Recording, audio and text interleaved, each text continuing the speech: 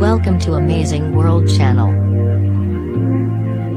By Adam Fleming, BBC News, Brussels. Image, copyright Getty Images. Image caption. Michel Barnier hailed Theresa May's speech as a step forward. The EU's reaction to Theresa May's speech can be summed up as "Thanks for the warm words, now show us the paperwork." That was how it was seen by one of Mrs May's hosts in Florence, Italy's Europe Minister Sandro Gozi. He called the speech constructive, but explained it had to be accompanied by proposals that were concrete.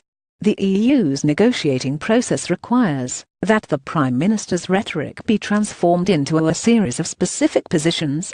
They will end up in the hands of the EU's chief negotiator Michel Barnier. In a statement, he praised the British Prime Minister's constructive spirit and hailed the speech as a step forward. He feels the door is now open to talking about a transition phase or a time-limited implementation period, because the UK has acknowledged for the first time that it wants one. But he said Mrs May's promise that the UK would live up to its financial obligations would be assessed against the EU's interpretation of those commitments. And he added that the UK had failed to clarify how it would meet its commitment to protect the Good Friday Agreement, which underpins peace in Northern Ireland.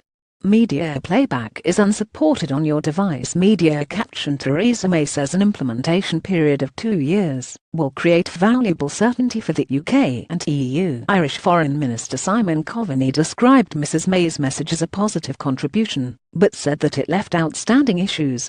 Harsher words came from senior MEPs, who are particularly concerned about how EU citizens living in the UK will be treated after Britain's departure. The European Parliament's Brexit coordinator, Guy Verhofstadt, said a new registration mechanism for EU citizens going to live and work in the UK is out of the question. The leader of the centre-right grouping, Manfred Weber, said he was even more concerned about the issue. The European Parliament's Brexit Committee will meet Michel Barnier in Brussels on Monday. He will also sit down with his political masters, the ministers from the member states, at a meeting of the General Affairs Council. The same day, the UK's Brexit Secretary, David Davis, arrives for the fourth round of talks, where Mrs May's message will be put to the test.